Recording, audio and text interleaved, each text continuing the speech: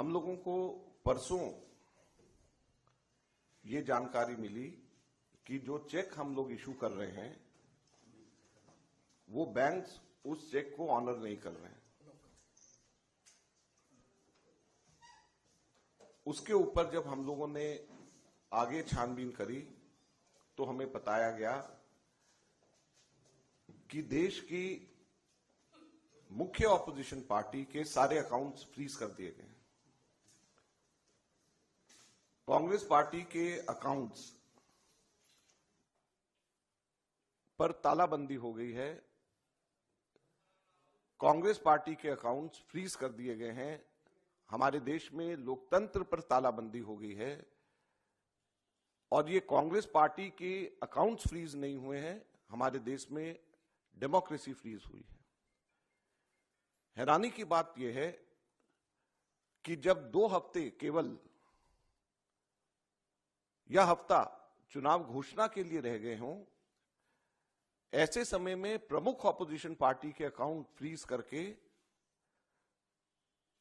यह सरकार क्या दिखाना चाहती है और किस आधार पर फ्रीज करे गए हैं, मैं आपको बताना चाहूंगा तो हास्यास्पद है। और ना केवल कांग्रेस पार्टी के, कल शाम को यूथ कांग्रेस के भी अकाउंट फ्रीज कर दिए गए और यूथ कांग्रेस और कांग्रेस दोनों के अकाउंट्स जो फ्रीज करे गए हैं, 210 करोड़ की रिकवरी इनकम टैक्स डिपार्टमेंट ने यूथ कांग्रेस और कांग्रेस से मांगी। 210 करोड़ की कुल रिकवरी। और यह पैसा किसका है? यह कोई धनाढ्य पूंजीपतियों का पैसा, कॉर्पोरेट टैक्स का पैसा नहीं, कॉर्पोरेट बॉन्ड्स का पैसा नहीं है।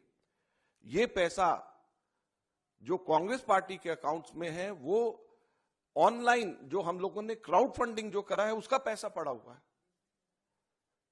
लगभग 25 करोड़ रुपया हमारा इकट्ठा हुआ है जो हमारे देश के अंदर, जिसमें 95% से भी ज्यादा पैसा 100 रुपए से भी कम यूपीआई से लोगों ने जमा कराया है। यूथ कांग्रेस का जो पैसा है, यूथ कांग्रेस की मेंबरशिप ड्राइव का पैसा है और वो पैसा इनकम टैक्स ने, भारत सरकार ने फ्रीज कर दिया है।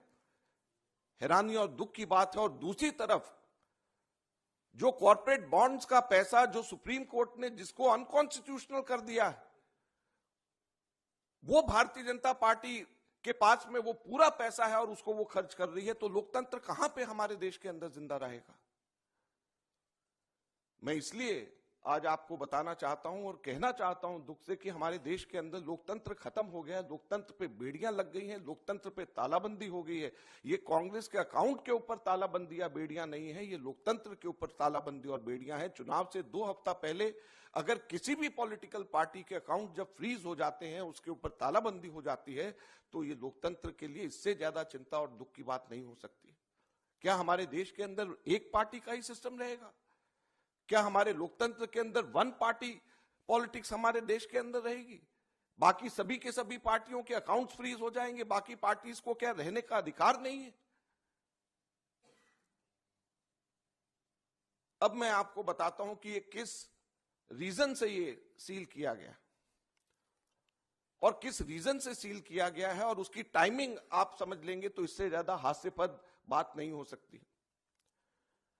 ये 2018-19 के इनकम टैक्स रिटर्न्स के बेसिस के ऊपर ये 210 करोड़ की रिकवरी मांगी गई है। 2018-19 के, अभी क्या है 2024 चल रहा है, चुनाव आने वाला है। 2018-19 के इनकम टैक्स रिटर्न्स के बेसिस के ऊपर।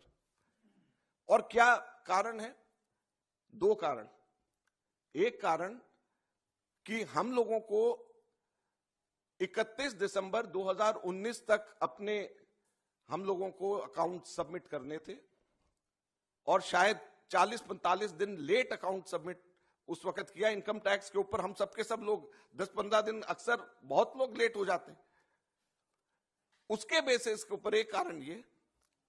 और दूसरा कारण क्या है कि 2018-19 इलेक्शन का वर्ष था और उस इलेक्शन के वर्ष में कुल 199 करोड़ की 199 करोड़ की रिसीप्ट कांग्रेस पार्टी की थी जो इलेक्शंस में खर्च हुए थे। 199 करोड़। उसमें से सिर्फ 14,40,000 रुपया, सिर्फ 14,40,000 रुपया हमारे कांग्रेस के एमपीज और एमएलएज ने एक महीने की अपनी तनख्वाह कैश में जमा कराई थी। सिर्फ 14,40,000 रुपया, और सिर्फ 14,40,000 रुपया कैश में जमा कराया। इसकी वजह से 210 करोड़ का रिकवरी का पेनल्टी कांग्रेस के ऊपर लगा दी गई है, ये कारण है। और 2018-19 का किया हुआ आज जाकर के 5 साल के बाद में चुनाव की घोषणा से 2 हफ्ते पहले हमारे अकाउंट्स इसको लेकर के फ्रीज कर दिए जाते हैं। ये बड़े शर्म की बात है। हम लोग ये मांग करते हैं कि अगर अकाउंट फ्रीज होने चाहिए तो जो अनकॉन्स्टिट्यूशनल कॉर्पोरेट बॉन्ड्स जो बीजेपी ने अपने खाते में डाले हुए हैं वो बीजेपी के अकाउंट सील होने चाहिए, वो फ्रीज होने चाहिए, जिसके बारे में सुप्रीम कोर्ट ने कहा है कि ये अनकॉन्स्टिट्यूशनल है।